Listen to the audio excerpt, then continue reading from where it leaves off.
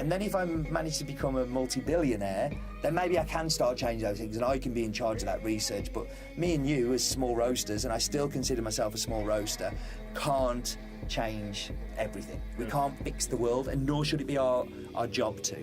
Our job is to present delicious, tasty coffee to consumers that they want to give us the money that we think it's worth for.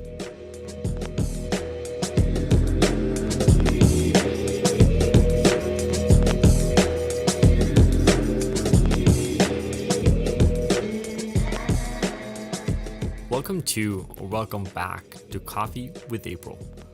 My name is Patrick Rolfe, and this is a conversation with some amazing professionals and entrepreneurs in the coffee industry, sharing their perspective and experience. It's about integrity, quality, and the future.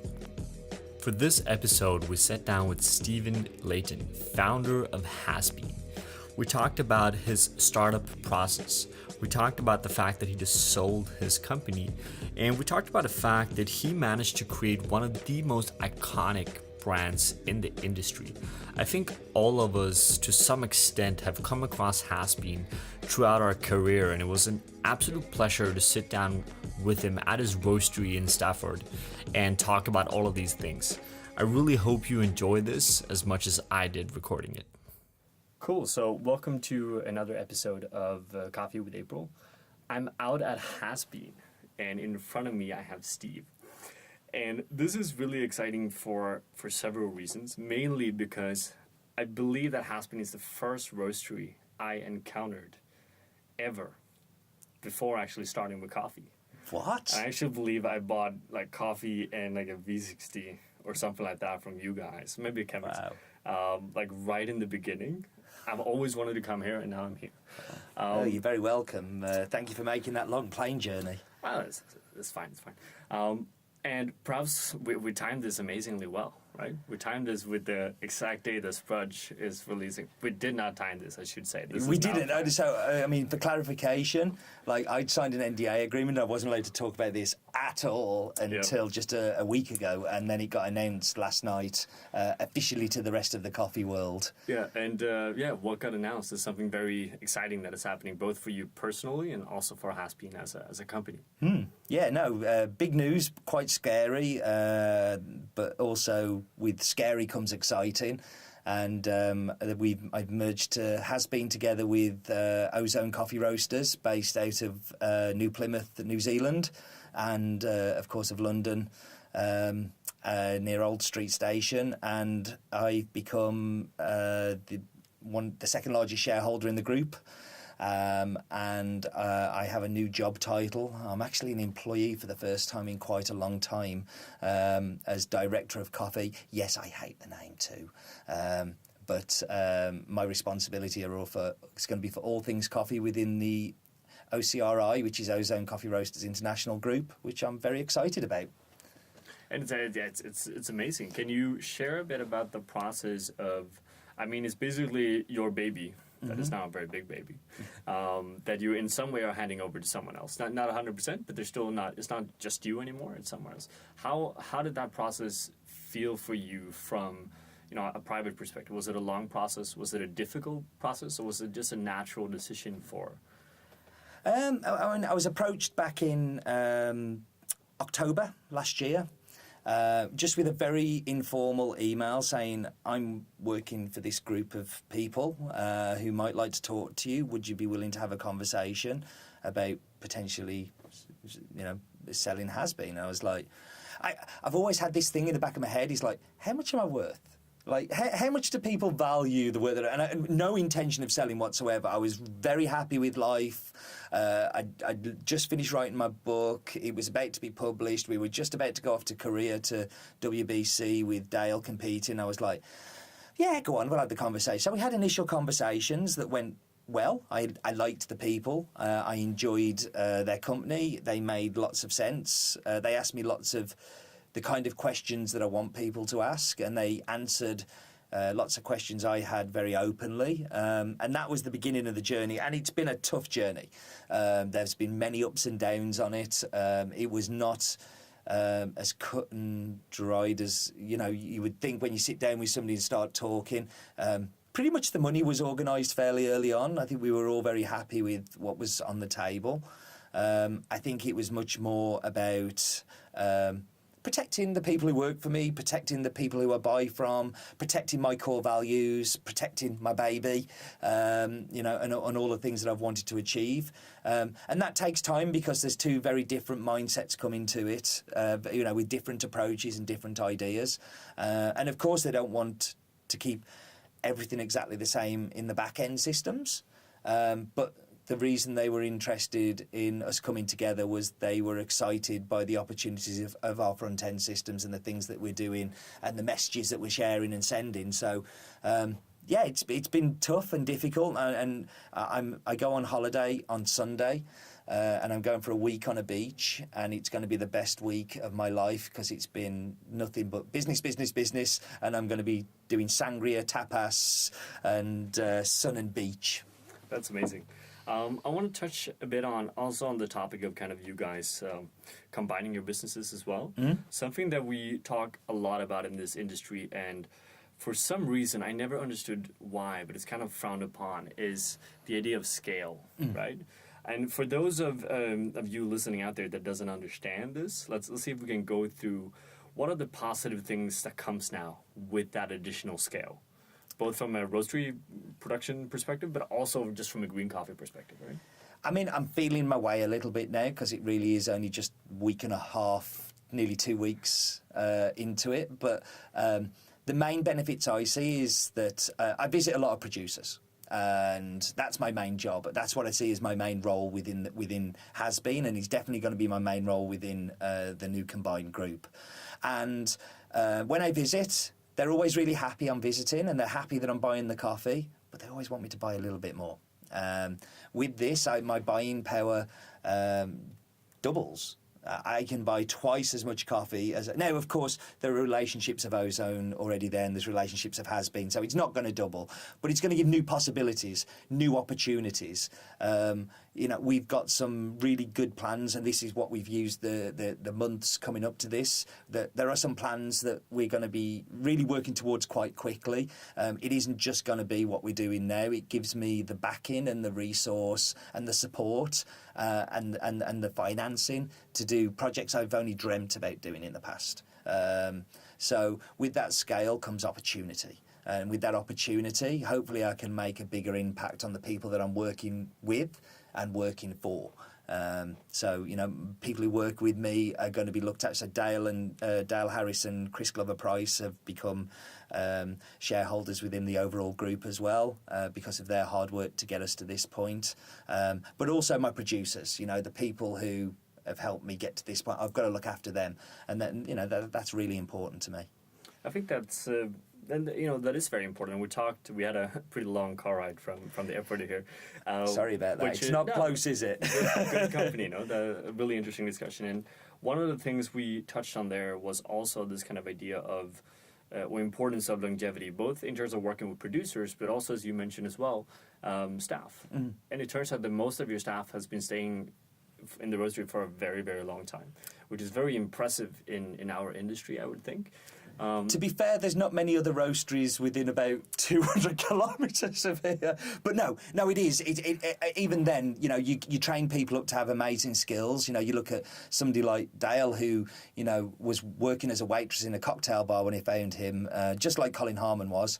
He took those skills and he ran with them, and he was allowed to grow into his role to the point he became World Barista Champion. And I remember virtually straight after he won, I was like, so I guess this is it then. He was like, what? I was like, well, you're going to have all these other opportunities, people knocking on your door. And he's like, no, I want to stay here. I'm happy. This is home. This is just as much his baby as it's my baby. And I think that's the thing with the team is everybody says they're inclusive with their teams, but they're family. They're family, and literally family. My sister works for me. My ex-wife's sister works for me. My best friends work for me. It's like, it's family. So I've been very lucky that the team that I've had have been able to grow with the business and with me, and we've made the mistakes together, and we've enjoyed the successes together. Yeah, that's amazing. Could you take us? You already told me in the car, but for everyone else that doesn't know, could you share just a story? Because it's a pretty amazing story of how you started HasBean. Oh, well, it started in my mind. I was on a night shift. I used to be a prison guard at a young offenders prison, and I was doing a night shift, and I had a particularly busy night shift. And I was sitting, I'd just made some coffee, because I enjoyed coffee back then, and it was some coffee I'd bought from Sweet Maria's in the US, and I'd roasted it, and I was sat down drinking it, and was just kind of thinking, I don't want to do this anymore, this sucks. And I think anybody who's worked in those kind of jobs has had a point where they've gone, this sucks. I thought, well, what can I do? And I was sitting drinking the coffee, and I thought, well, if I'm buying this from the US, maybe somebody would buy it from here if it was here. But I didn't really have any. I got some home roasting skills, but nothing else. So I opened a cafe. Well, first of all, I opened a market stall, which lasted for around about 3 weeks, and I sold virtually nothing. And one of my favourite stories, I've told, like literally, you get me started on the stories, I'll keep going. Go for it. There was an old lady with a little shopping trolley, came up and said, what are you doing, young man? And I was like, I'm selling coffee. And I was buying it from this roastery down south that did a really good job with it. And I was explaining about the origin of it and where it had come from. And she was like, I'll take some of that, please. And I said, do you need it ground? She said, yes, please. So ground up the bag, sealed it up, gave it her. And she told me, no more sales that day. I'd sold like 1 bag of coffee. And I'm just packing up and thinking, I've had enough of this. This is rubbish. And she comes back with a trolley. And I'm like, hello, you've tried it already, you want some more? She said, do you know what, I'm sure it's lovely, but it just wouldn't dissolve when I was stirring it. I was like, here's your money back, took the coffee, it packed up, never went back. But then I opened a coffee shop, which I had for 3 years, which was a very small, we called it espresso bar. It was a HasBean espresso bar, and nobody knew what espresso was. So we didn't have a Starbucks, we didn't have a Costa, we didn't have a Nero. We had no chains to educate the customers. So I spent all day saying that this is a cappuccino, this is a latte, this is a macchiato.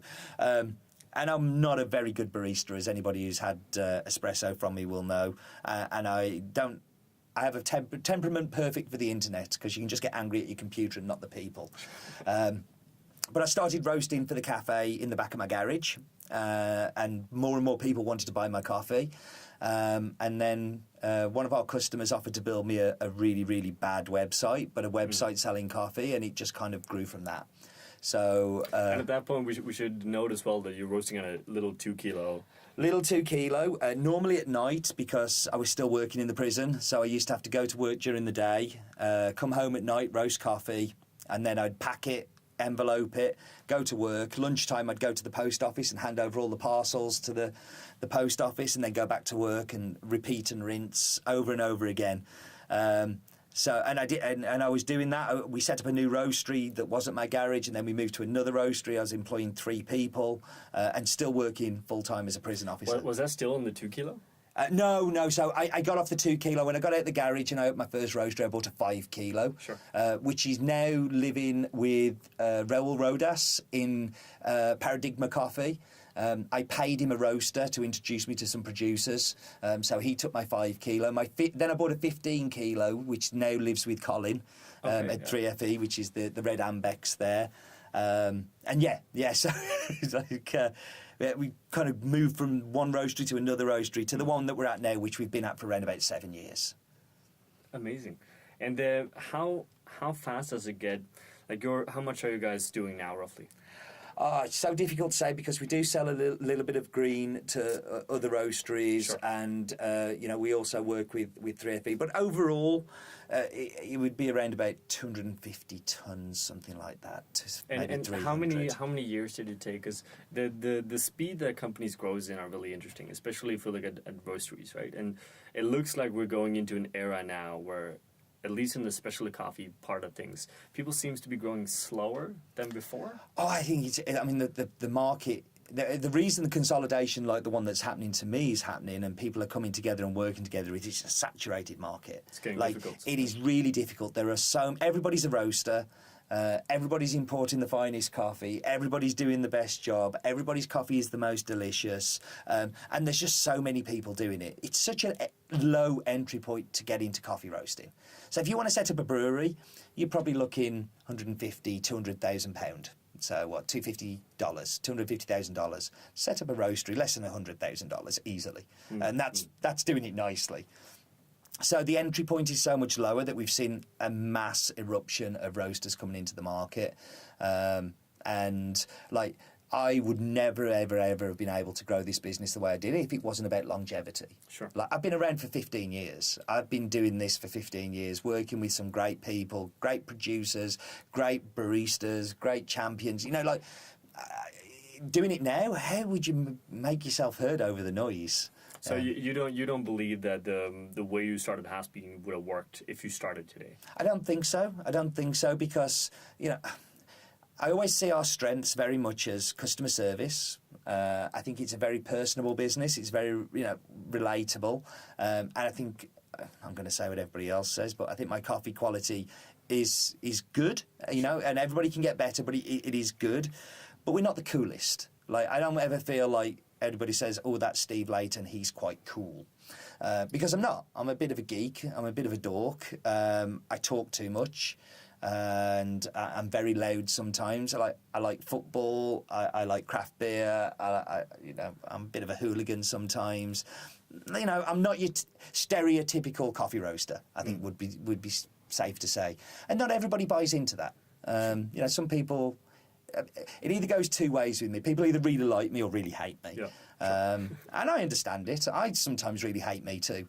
That's probably a big, you know, probably a reason why you guys are as successful as you have been as well, right? Whereas, you know, we need to diversify, and the best roasteries, at least what I've seen from my perspective, are roasteries where it's very, very clear once you meet the owners what that kind of company is, right? Because it's so clear in terms of you as an individual have been able to kind of portray you in a company form. Right? I think the thing is I'm really, really bad at lying. So if I pretended to be something else, if I pretended to be cool and do all of the cool things, I'd be seen through very, very quickly. Like I can't keep the pretense up. So I always feel as if you just present yourself as you are, it's much easier than trying to keep a lie of like, oh no, I'm really cool, honest. I like this, and I like you know, I like really bad 80s music. I think what else? I like Sunderland, which is a terrible, terrible football team that's in the League One now. You know, I like the very simple things in life, as well as I love coffee. I love flavour challenges. I love really expensive wine. Maybe that makes me a bit cooler. I like going to really lovely restaurants. They're fantastic. But like, I also like fish and chips in the park. So I kind of try to be as honest as I can, and I try and portray that in my company, which sometimes to the detriment, but I think also what you say other times is a very positive attribute. Is like, people tend to like who do buy from us, like that it's personable, like that they can still email me and I'll reply, like that if you ring the phone, HasBean, a lot of the times I'll pick up the phone. You know, you know, we're a busy big company that have lots of things going on. So. Yeah, sure, and I think it's looking at especially roasteries starting now, but also the roasteries that are active. There's very few roasteries that has a clear identity. Yeah. And HasBean is one of the few that actually have that. There's no discussion about what HasBean is. Like, it's so clear. Well, did you know I invented the colour red back in the year 2002 during my lunch break? It wasn't a colour before that. But no, like it is. And that's been on purpose. You know, you know, in my mug. I remember when I first started doing the In My Mug video blogs, 2008. I remember going to Nordic Roasters Forum and overhearing a conversation of a couple of people laughing about me doing these videos and how stupid it is. Sure. I really wish I could see them now, because it's been really successful. We've just done episode 507, I think it is, and has turned into a business on its own, because the subscriptions that we do every week from In My Mug is as busy as some roasteries are. Oh, sure. And, you know, like, people engaged with it. We've had like 7 million views since it started. It's ridiculous. 7 million people watching me drink coffee. But like, I had the stupidity to do it at the time. But that's because what I wanted to watch was somebody do that on coffee. So I created it. And hopefully there's enough stupid people like me that want to follow it. Obviously, you know, and I remember when I first started, that together with I think it was Madcap as well. It was the first videos I ever saw. It was because if you Google like coffee video, that's there wasn't so much going on. I mean, there was lots. I kind of stole the inspiration for it from a guy called Gary Vaynerchuk, who's a social media guy who runs his own social media company. But he used to run a wine company and he had Wine Library TV. And he used to start off every episode with like, "Hello and welcome to Wine Library TV. My name is Gary Vaynerchuk, and this, my friends, is the whatever it was." And he'd go on, and I kind of completely. If you watch In My Mug now, it's like, "Hello everybody and welcome to My Mug, episode 400." And it literally was just a complete rip-off. But then you evolve it and you tweak bits out and you pull bits in and stuff, and and that's been amazing. Like, and I kind of go back to that 2009 Nordic Roasters Forum where people were sitting around and, it's like, it's not meant for you, dude. Like, this is not for you. This is for Joe Blogg's consumer who's sitting at home and knows nothing about coffee and doesn't know what a washed coffee is, doesn't know what a bourbon is, doesn't know what a geisha is, and you're giving him something that he can kind of go, okay, I feel I've learned a little bit there. And if nothing else, you can laugh at me on the screen making an idiot of myself.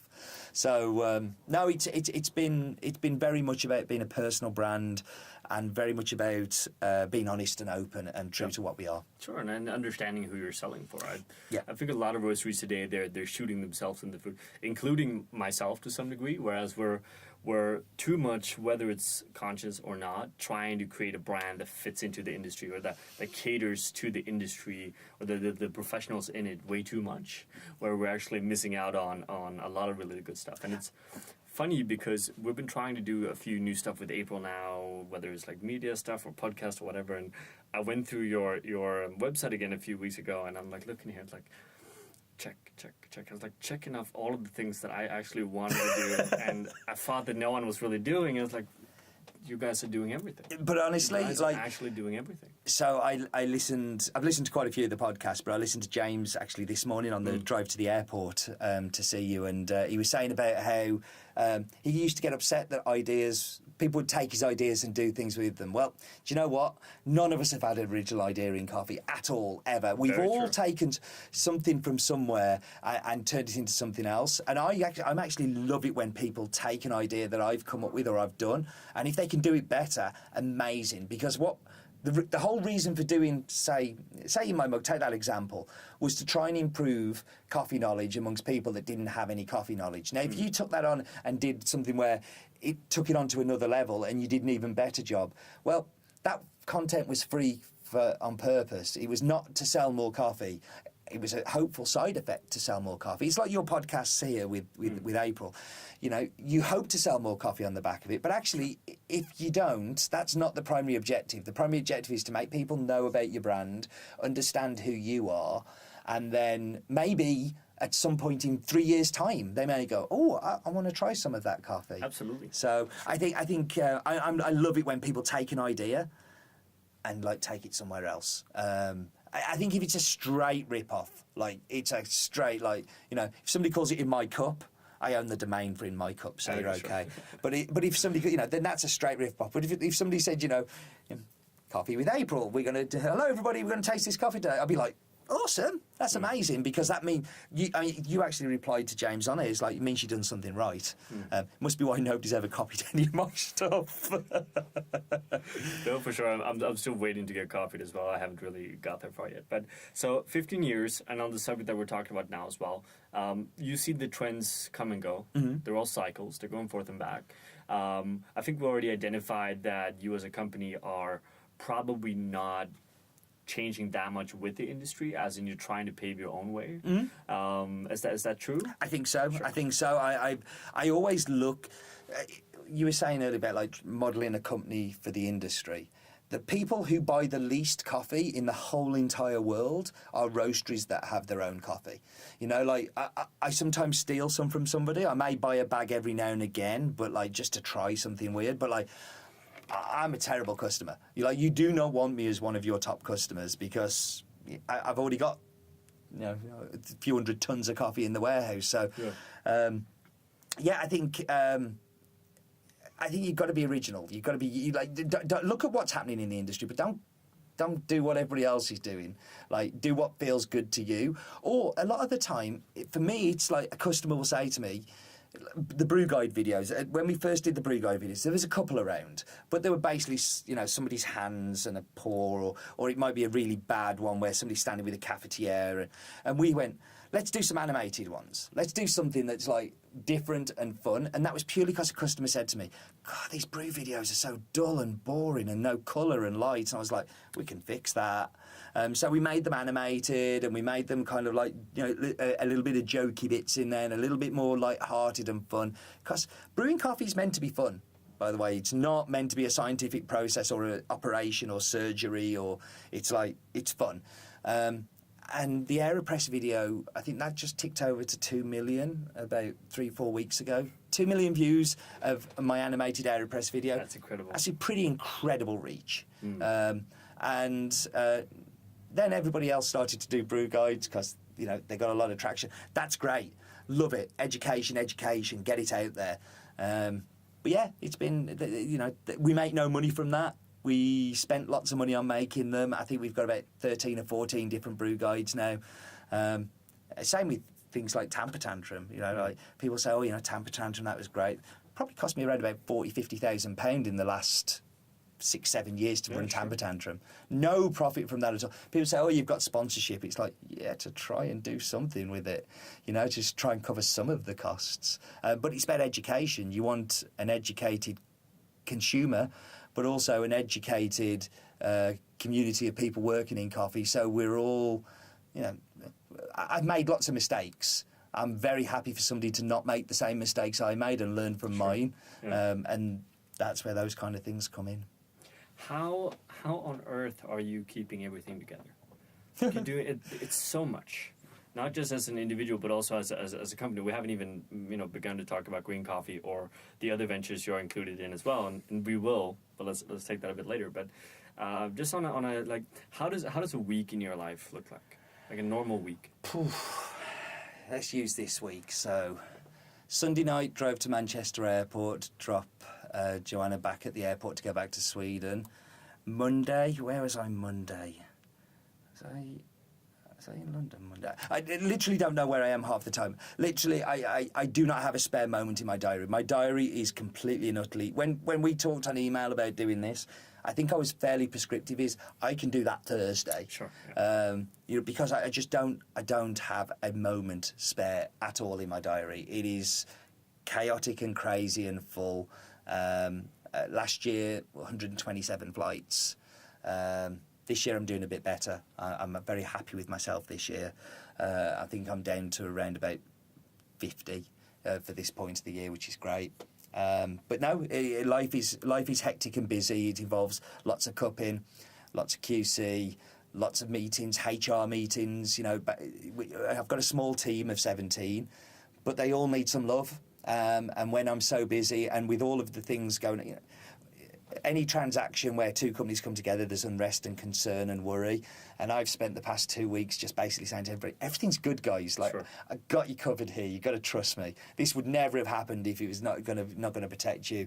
But, you end up doing all of those things, as well as trying to have a social life and a personal life and, all of those things. So the answer to your question, I have no idea. And I try not to stop and think about it too much because, it just gets... It gets scary sometimes. Yeah, you mentioned personal life in there, and that's something that I'm very interested in as well. My personal life? I'm very interested in personal life. No, but let me tell you, my friend. Sure I am, because there's I think there's a lot to learn there. But it's with all people on the podcast and people I meet and talk to in general, it's... And what I see by starting April as well, even though we're tiny, it's a balance, right? And it's not always an easy one, right? Because now you have a lot of experience of it. Do you have any suggestions, any ideas about what people should think about, or like starting out? There's always a discussion when starting a company, whereas I think Hoffman said something about that in the podcast as well, where either you're starting up and you live on a mattress in an empty apartment on like noodles, or you can start up in another way where you're actually kind of healthy, have time, and give yourselves opportunity to do other things as well. And how have you kind of gauged that work private process? Yeah, I mean, you should be able to answer this better than me because I think most of my education has come from having a Swedish partner. Sure. So she has taught me so much about work-life balance and how to switch off and how to enjoy life. Like, we must have the conversation at least once a week where she says, "You're really lucky. Enjoy what you have." And I'm like, no, I am really lucky and I should enjoy what I have. So it makes me take that time out to have that. But also, I'm 44 now and I've done a lot in those 44 years. Lots of things I'm really proud of and other things that I wish I'd spent a little bit more time on. And I wish I hadn't wasted as much time. And I think sometimes you can get het up in the minutiae of business. That minutiae doesn't matter generally. You know, it's like you worry about the big things, and if the big things are fixed, then you've got time to worry about the minutiae. But I used to worry about the big things, the minutiae, and the stuff I couldn't control as well. And that takes you away from the things that are important. So for me, it's been much more about focusing on what I can change, not what I can't change. Like, I can't make anybody believe that I'm cool, because that's not going to happen. But can I make them believe that my coffee is amazing? Yeah, I can put that in front of them. That's in my control, to source great coffee, to roast it well, and to deliver it and present it as best we can. So, yeah, I think it's not worrying about the things you can't change. And we all do it. We all sit in business going, oh, you know, if we could just make yields increase in Ethiopia, that would be so much better. Well, I can't do that. I can sell more coffee that hopefully will mean that some cleverer people than me will start investing in that and start putting, you know, research into those things. But that's not for me. Like, I need to worry about what I can change. And then if I manage to become a multi-billionaire, then maybe I can start changing those things and I can be in charge of that research. But me and you as small roasters, and I still consider myself a small roaster, can't change everything. We can't fix the world, and nor should it be our job to. Our job is to present delicious, tasty coffee to consumers that they want to give us the money that we think it's worth for. So yeah, but taking time out and taking time to breathe, Joanna has taught me, is very important. No, it is, you know, and you need to, in the end of the day, if you don't function properly on a private level, your company's not going to function either, right? Exactly. It's really as easy as that. It's easy to say, harder to understand, probably harder to execute as well, right? But I think that's a very important part. It's also, I mean, I think the other thing is, as you get older, like I've had a couple of health scares in the past couple of years, nothing important or major, or, you know, but enough to make me think. You know, when you sit down with the doctors and you say, well, why has this happened? And they say, well, it's probably stress. You know, you think, okay, that's not so good. You know, maybe I do need to slow down a little bit, or just keep at the same pace, but at set times, and learn when to switch off. And there was a time, kind of 2007 to about 2013, 14, where I was on 24 hours a day, 7 days a week. I was flat out. I was literally running to try and make my business better, to try and make it bigger, stronger, whatever. And that takes its toll, because at the end of those years, I just went, whew, that was exhausting. Yeah. You know, and your body kicks you. Your body says, you can't do that. That's not acceptable. Sure, and I think you mentioned it before as well, whereas, you know, it's part of the success is that you guys are 15 years old, right? So there's a longevity there. There's a process there. It takes time, and then you as an individual needs to be able to be around for that long, or perform good stuff for that long, right? So it's just as important as the company, I would say. For sure. You know, longevity. Most businesses fail within the first 12 months. Well, I kind of always question that and just say, if you expected to only be around for, you only had enough working capital to be around for 12 months, you were doing something wrong. Like, basically your plan should be, and we were talking about this earlier, is like, you know, I've never invested, I started HasBean with £2,000. And that £2,000 bought a 2 kilo roaster. And everything else came from my salary, from my day job, or from money I earned that went back in. I never went in. Now, my business could have kept going at that point. I had a garage. I had to buy gas bottles. Sure. And I had to buy coffee. But if I hadn't worked out my costs from those very small costs, the business would never have succeeded. And for the first 2 years, I sold nothing. like nothing. Nobody knew who I was. It didn't even register on radars, you know. And then it started to gain a little bit of traction. I know I'm interrupting, but what kind of... So you went through 2 years without necessarily selling or growing. What was... I was growing, but like, growing, okay. you know, if month one you sell 3 bags of coffee, sure. and that was month one. Sure. Like, you grow to more and more and more. That was the benefit of having a small roaster is, you know, I drank most of it myself or sent it to the cafe. But, you know, longevity is, you should never plan for your business to be making money in 12 months, you know, and give you a salary and all of those things. I started in 2003. I left the prison service in December 2008. So 5 years of holding down 2 jobs and not taking any salary and working every single hour. Like, you know, I didn't plan to make money until the moment I left, and I went in on the 1st of December and went, right, got to make some money here. Let's make this pay me a salary. But what is the... we're getting a bit personal here again, but I mean, what's the drive there? What is actually... Like, most people would not cope with 2 jobs, especially one being starting up a new company over that long time. Like, you must have been really damn sure you wanted that roastery. There was something in there that was like, fuck, I'm going to have it. So I get asked that question, like when I start telling the story, I get asked the question quite a lot. And I love coffee. Like, I absolutely, like, coffee for me is the most amazing, complex, stunning beverage. But I love people.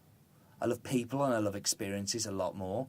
And my whole idea for this journey that I've gone on was, yes, to deliver delicious coffee and for people to enjoy it. But my main motivation was to meet the people. I wanted to understand about why do I love coffee so much, and I want to know the people behind it, because I wasn't getting that from anybody. You got kind of 2003. Monmouth would talk about cooperatives in London, and they may talk about, you know, occasional producers, but there was no detail. Didn't feel like I knew them, and I was like, I want to know the people.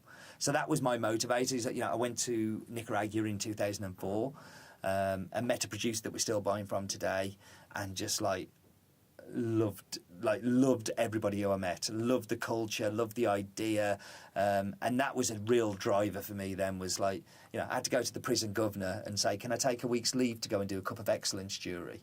And I'm sat in a Cup of Excellence jury with Dwayne Sorensen next to me, and who was it the other side? From Intelligence, Jeff Watts. So I've got Dwayne from Stumptowns, Jeff from Intelligentsia, and Office of Steve Leighton sitting in between them going, I'm going to get found out as a fraud here. But, like, you get to meet those people, and that was I was just driven by the passion that I wanted to buy more coffee. I wanted to have more experiences. I wanted to meet more people. And that's a pretty good motivator for somebody who doesn't need a lot. Like, my mortgage was paid for by my job.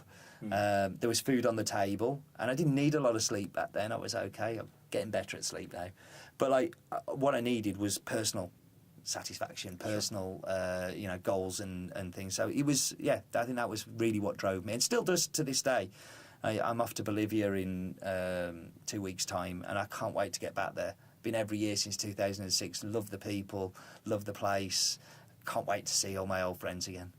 On the subject of personal goals, have you, within the process of HasBean, have you felt that you're achieving them, or are you... I know Hoffman said that in his podcast, whereas he could never achieve them. That was his personal issue, right? Where he's keep on just setting new ones, and he never really feels that he gets to the point he wants to be. How are you on that? Do you feel that, okay, I accomplished what I wanted? That's great. Now let's do something else. Or are you still kind of struggling to reach those initial goals? I think my initial goals were so low. Like, my initial goals was just, like, completely ridiculous, you know? It's like, if I could roast, like, 5-10 kilos of coffee a day, that'd be amazing. Like, that was a goal. That was a true goal at the beginning. You know, if I could earn enough money to stand at this roaster and pack coffee all day on my own, that would be amazing. You know, and they're not sustainable, because what happens if you get sick? What happens if you go on holiday? You know, or you don't go on holiday? So I had to constantly reevaluate the goals, because I always underestimated what was possible. Now, if you'd asked me to write down in my wildest dreams where I'm at now, 15 years ago, I wouldn't be anywhere near this. This is much bigger. This is far greater than even my wildest dream could have been. Like, I come from a single-parent family in a council estate in a very run-down part of the UK. Left school with no qualifications at all. Like I got nothing on my CV that says that I'm going to build a multi-million-pound coffee roastery that's going to become part of a bigger group. Like nowhere, it doesn't make sense. So when you achieve, and I do feel like I've achieved so much, I'm really proud of what I've done. But when you achieve so much, you always think something else is possible. Yeah. So I almost get. It's like the casino table. You know, you get a little bit of the gambler's kind of thing comes into you. It's kind of like, oh, just one more go. Let's have a go on that one. Let's have a go on that one. Oh, go on, one more. That won't hurt. And it is. It's addictive because, you know, when you get praise from friends, colleagues, family, you know, oh, you've done really well. Mm.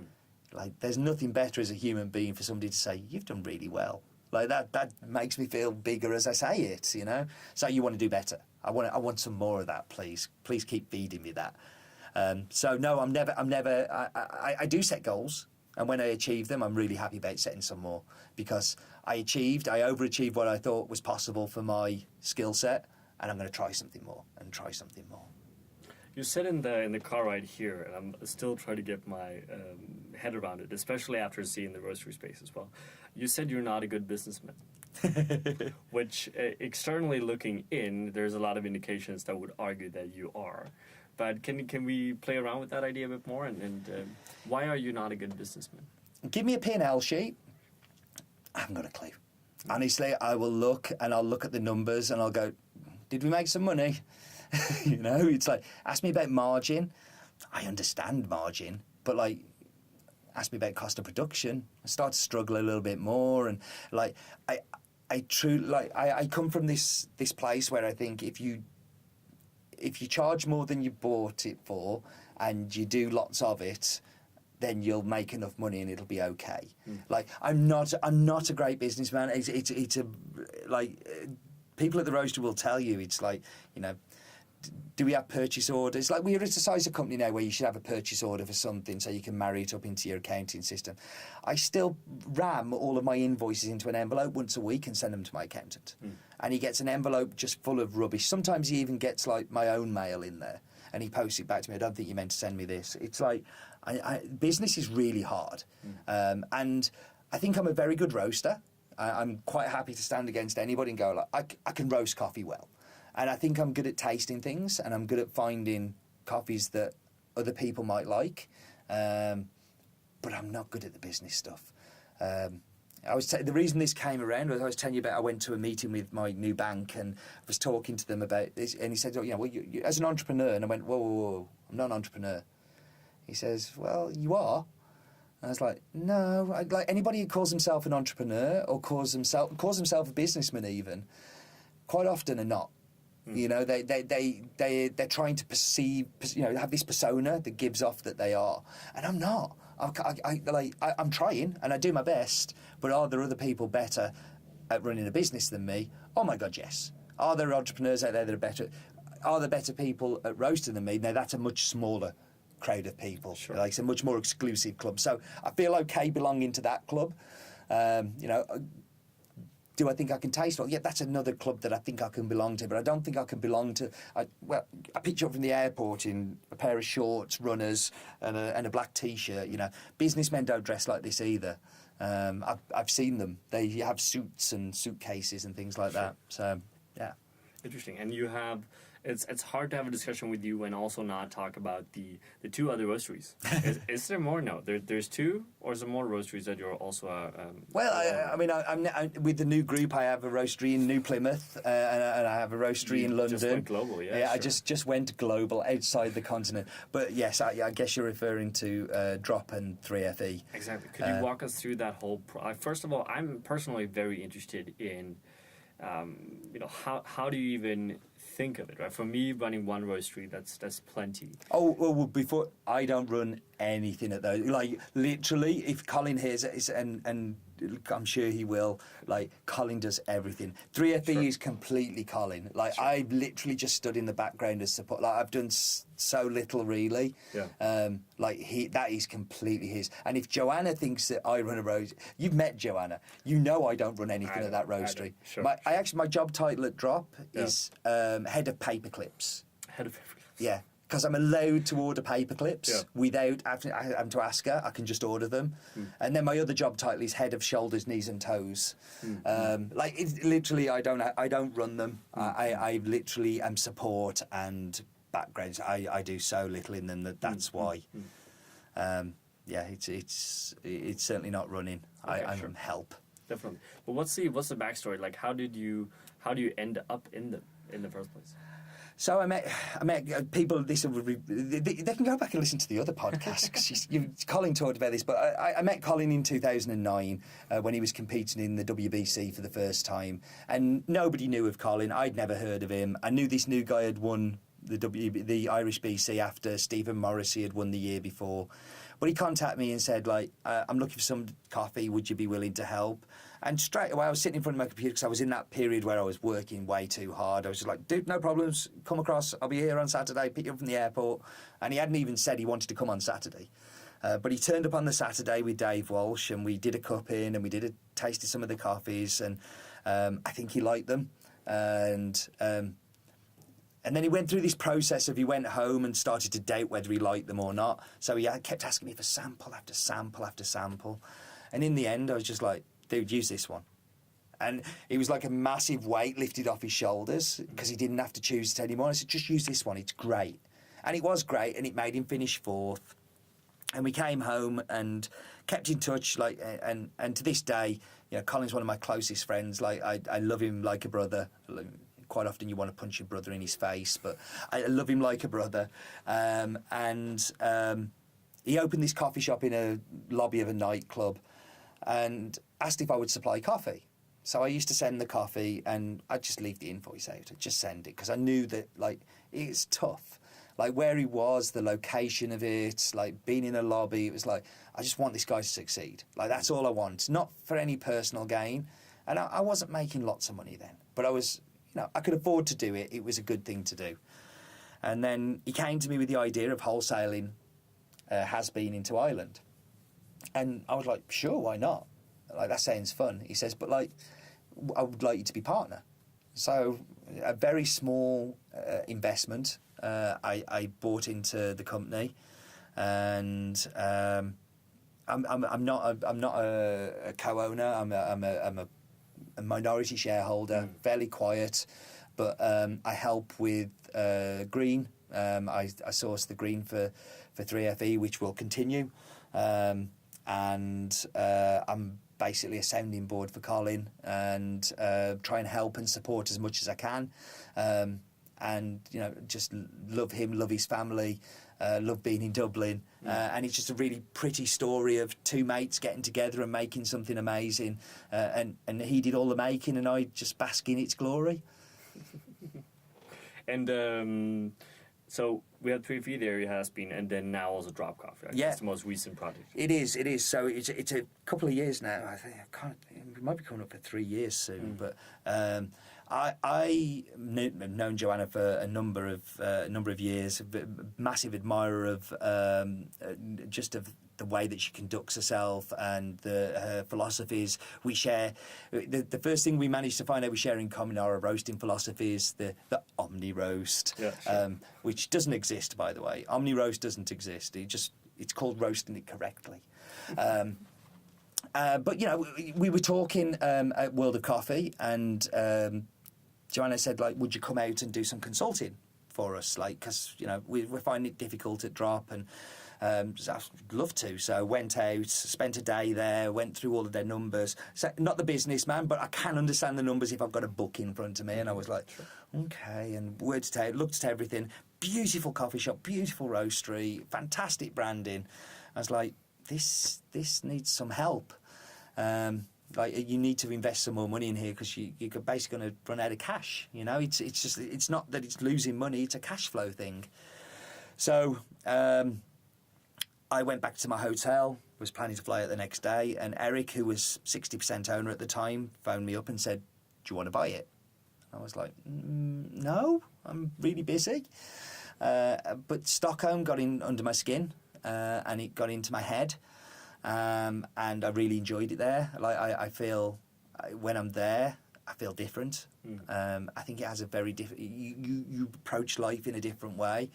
Ended up becoming partner, bought Eric's 60%. First thing I did was give Joanna 10%. I didn't want to be in any partnership that wasn't a partnership. And I said, you are the managing director. You are running this company. I will be very happily help with the back end office stuff. I will help with support. We made a plan very early on about how to tighten the numbers and stop leaking money out and things like that, which we've done and has been fantastic. And now Drop's in a really stable, safe place. It feels like it has somewhere to go from here. And something I'm equally as proud of as setting up HasBean was, there's been all of the previous owners of Drop, as you said in the podcast, have all gone. Yeah. And it's left to me and Joanna to be the custodians of these guys' original idea. And I occasionally I'll talk to Eric, and he, he's happy that somebody who gets it as much as he did as one of the founders, he's still part of it. I mean, and Joanna, if you cut her, she bleeds Drop. It's it's in the veins. So I think we're equally as passionate. Yeah. And I love that it's completely different to HasBean. Like, I do not ever want to be the face of Drop. Like, that would be a terrible, catastrophic thing. Actually, I'm saying that Swedes kind of quite like me because I'm a bit of a curiosity, but they kind of quite like the English. I've found out over time that you Swedes quite like us. Mm-hmm. So, but no, I think Drop is a completely different project and it challenges me in different ways, and I think that's why it was such an interesting project. Yeah, sure. It was like, I don't have to go on camera every week and go hello and welcome to in my mug, and I definitely wouldn't be able to do it in Swedish. But and the same with 3FE. It's a different set of challenges with Colin. We have different negotiations and different. So it's fun to have these different facets, and also makes you approach life and business differently. Sure. No, and that's also the reason why all of you three companies are in the podcast, is because they are extremely clear in their identity, right? And they are vastly different. Which all of the companies on the podcast are, which is also where I personally get my inspiration as well, where I look at a person like you that has been and still in some way then find times to also help or assist in other companies as well as a really valuable and interesting thing, right? I think you need to have those different facets, like a business. It's like a lot of my involvement in barista competition is purely like it's a terrible thing to be involved in as a business owner. It's a very expensive thing to be involved in, and sure. And with the MC, it's very time consuming and stuff like that. But like again, it's a different facet. You get this different point of view from talking to different people who work in coffee and view it completely different to you. That only helps you to become more rounded and more balanced of your view of the industry. Let's switch gears. Let's talk green coffee. Green coffee, for me, when I look at HasBean, is something that I believe is extremely important for you guys. Mm-hmm. I believe it's extremely important for you personally as well. Very much. I believe that's one of the things where you see so clearly in a company. And all companies on this podcast and in general, they have different kind of directions, ideas, and focuses. And I really feel like green coffee is a core thing at HasBean. I appreciate that, because me and Dale sat down a couple of years ago, and we sat down and went like, okay. We felt a little lost. We felt that our identity was that little bit like, where are we? What do people see? And it was like, well, forget what people see. What do we want people to see? Sure. And for me, there were three things. It was variety, it was relationships, and roasting to order. They're like, and very few people. Everybody says they roast to order, but we literally batch to order. Variety. But the relationships, the relationships, and that's green coffee. For me, I don't see the two as different. I have a relationship with the person that grows the green coffee. And lots of the things that we've tried to do over the years have been to try and highlight that, is to try and highlight the personalities and the people. Yeah, sure, and I think that's on the green coffee thing. We just had a cupping here now of some Nicaraguan coffees, and I've been in coffee for a few years. I've been around the world trying a lot of coffee, and I just tried a bunch of Pacamara coffees that I have never ever tried in terms of versions, right? So selections 10 Pacamaras from one farm. Yeah, and you know, it's incredible, both in how they've been selected as lots, also how they've been processing. Tried a pea-berry Pacamara for the first time in my life. I honestly didn't even reflect on the fact that that existed, which of course it does. Yeah. But you know, that's absolutely amazing, that whole concept, right? But you haven't always been direct trade. Nope. You started out with something else. Still not. It's still not 100% Still not, direct. I kind of going to push you towards a blog post I wrote in, like, I think it's about 2013, 2014, that was called Direct Trade Sucks. And I got so much traction on it. It nearly broke my server, where I talked about, like, listen, direct trade doesn't matter. It's like, so this is in the middle of everybody saying direct trade is super cool. And I got burnt. I got burnt bad from a direct relationship that, like, made me really sad. I've actually had to go back and revisit this because I've carried it around for a number of years afterwards. I'm actually friends again with the person I got burnt from, and we fixed it, and we bought some coffee last year from them, which was great. But I don't care about how and neither does my customer care about how I buy coffee. What they care about is that I do a good job. Sure. So I do a good job in understanding that they're getting paid enough, and enough by, I mean, they're never paid enough. Like, until we change the way that we sell coffee, we'll never be able to buy it smarter. But they have to trust me, and that can come from an importer. In fact, sometimes a lot more easy, because importers tend to be better businessmen, so can understand the true costs, whereas I'm kind of going finger in the air, which way is the wind blowing, that's okay. I think I like, if I buy from an exporter, does that mean it's not direct trade? I don't know, you know, and it's such a loose and vague term that's become to mean nothing. I can pay $1 a pound for a direct trade, or I pay $10 a pound for a importer coffee. Which one's fairer? Well, maybe the importer paid 90 cents a pound for it, but I don't know. And as long as you can understand the economics behind it, it really doesn't matter how you do it. And we confuse consumers with words like direct trade, because they don't get it. Isn't all trade direct? I'm dealing directly with an importer. Maybe that is a direct trade. Sure. Yeah. It's complicated, and I think that the longer we go, especially in terms of people trying to set themselves apart from a roastery perspective or business perspective, using these kind of different terms that we don't really relate to. But one of the things with your green coffee program that is pretty exceptional, and correct me if I'm wrong, but I believe you said that you worked with 350 different coffees Last year. Yeah. Like 350. I work with different coffees over a year. Let's say maybe 20, maybe, and that's probably a high estimation. You work with 350. Yeah. That's unheard of. Yeah, I mean, some of those. Listen, I mean, we bought 29 coffees from one farm. That were different tablons, different varietals, different processes, and it was in one container. So it sounds grand, you know, but like sometimes it isn't as grand as it sounds. But for me, taste is so subjective. Taste is something that it means something completely different to you than it does to me, and it definitely means something different to the consumer. Sure. And I want to have the coffee for everybody. It's not about finding my favourite coffees.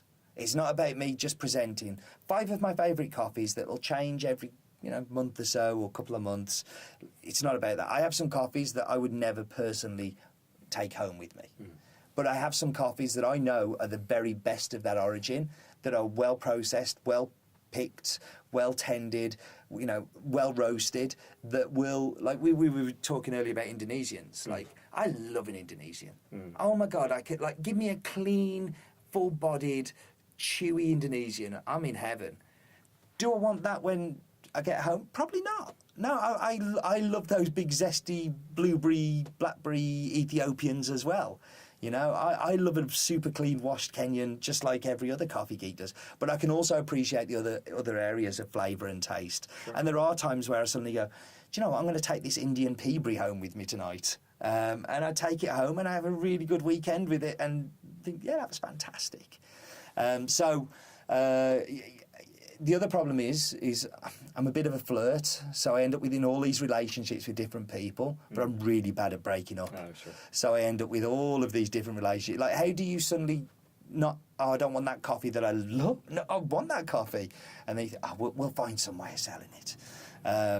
And sometimes, like you saw today, a couple of the samples you were taking, there were one bag lots. You know, you got one bag because it's so unique and so unusual that, you know, that's what it's going to be. Yeah. And they're the fun ones. They're the ones that you can impress your friends with or impress your wholesale customers with. You say, try this. So, I haven't got any to sell, just have some. And that's lots of fun. I think that's amazing, and I think it's I told you before as well, it's something that I sometimes forget as well, because we, or at least some roasteries, they're focusing so much on individual cup quality, whatever that is. And again, referencing what we talked about earlier, focusing more on other roasters liking that coffee you make, that we disregard some of our clients, and we don't understand that tasty coffee can come from just about everywhere, right? But we stop looking for it because we're restricting ourselves to certain varietals, processing methods. I know I do. Yeah. I'm as guilty as any. Well, I did the Brewers Cup last year in the UK and the Brazil thing, you know, with the video, and that came from a really important place for me. You know, is that I sell more of that coffee than any other coffee I buy. Consumers get this coffee, and you won't, because you're looking for a fancy dan geisha that's going to make your eyeballs screw up and fall out your head. Sure. But coffee isn't that. If coffee was geisha every single time, I would get bored of coffee really quickly. And I just love its diversity. I love the way that it can challenge me and make me think differently about, you know, when you get like a super clean Indonesian, and then you stick it alongside, you know, a super bright Kenyan, and you're just like, okay, this is just such a different product. We should embrace that and get really excited about it, not try and make it narrower and say, no, it should all be acidity. It should all. Now, some roasteries approach that differently. I'm completely cool with that. Like, it gives me more of that market. But I actually think the mass appeal market is. We can make far more of a difference to the quality of what people are drinking than trying to sell to each other. Sure.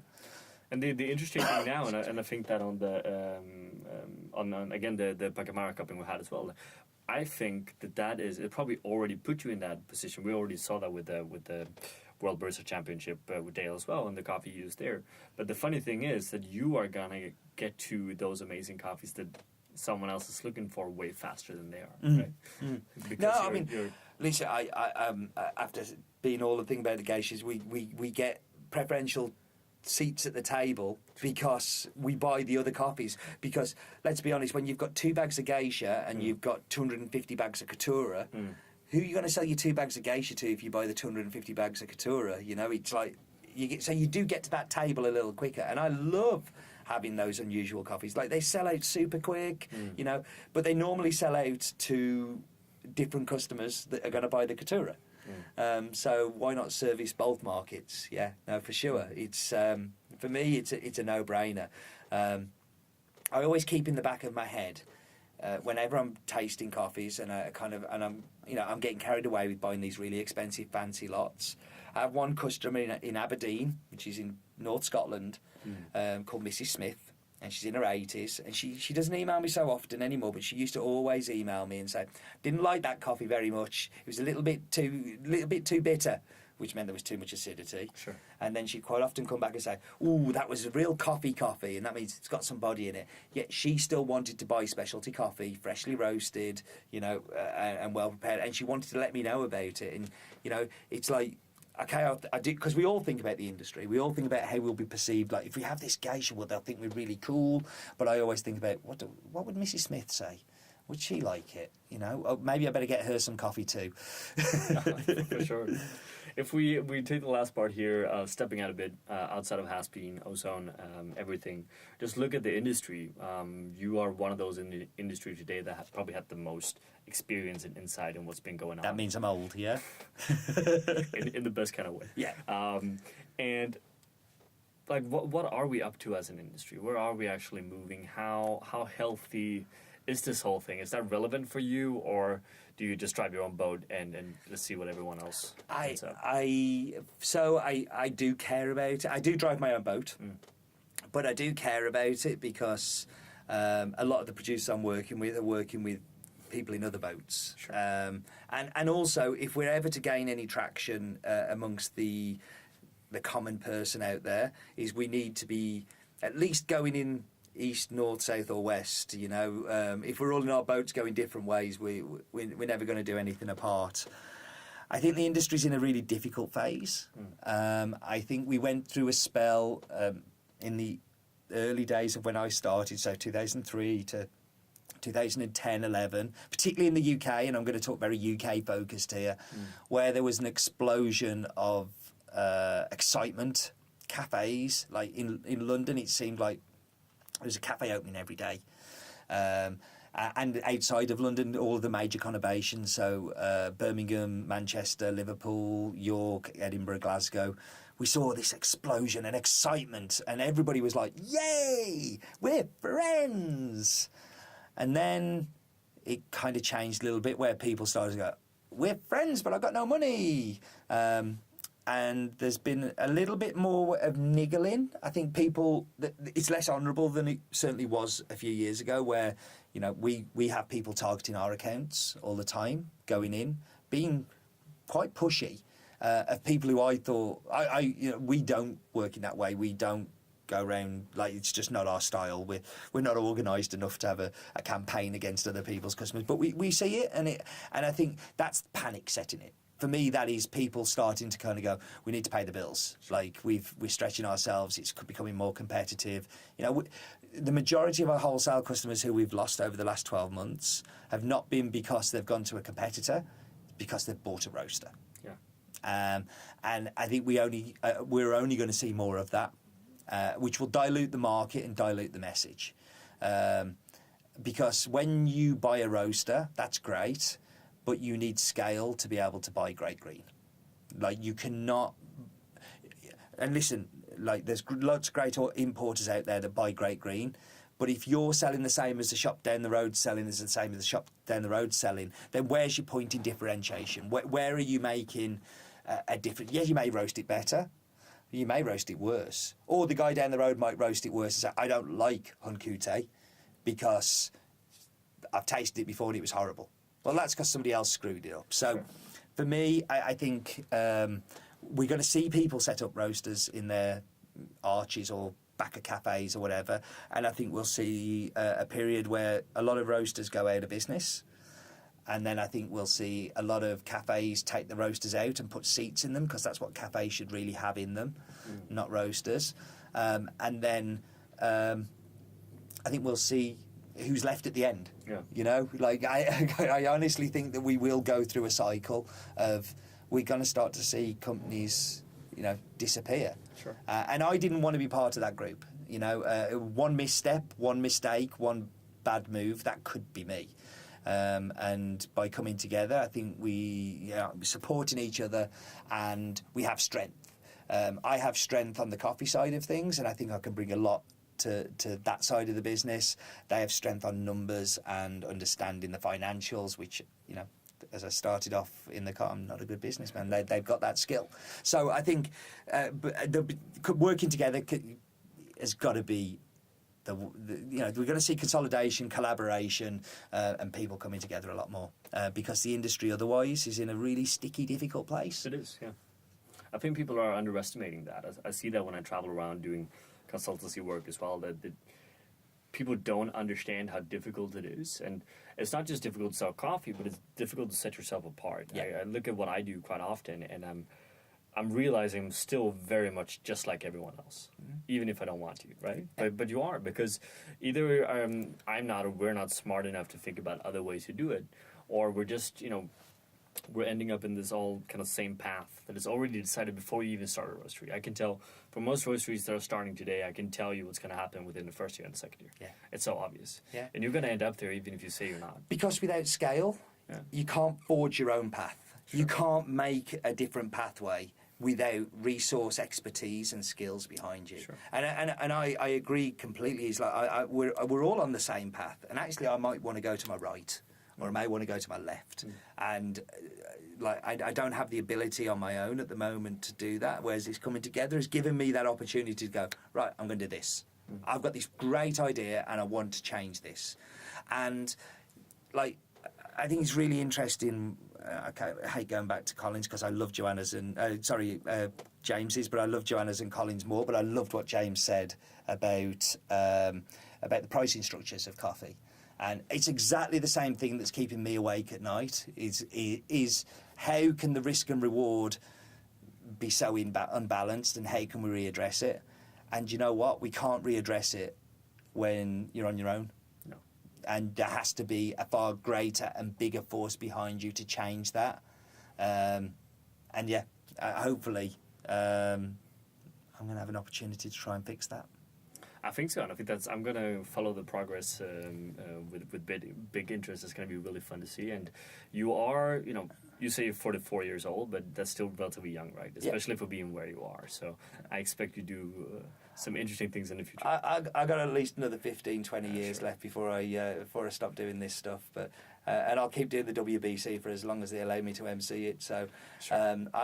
I'm quite happy to be an old idiot. It's I can fill those boots really well. Amazing, and I'm going to look forward to follow that process as well. Awesome. Thank you very much for this. This has been absolutely super cool. No, really cool. Thank you for letting me be part of it, and I kind of feel quite humbled being amongst that group of talented coffee people on there. Thank you.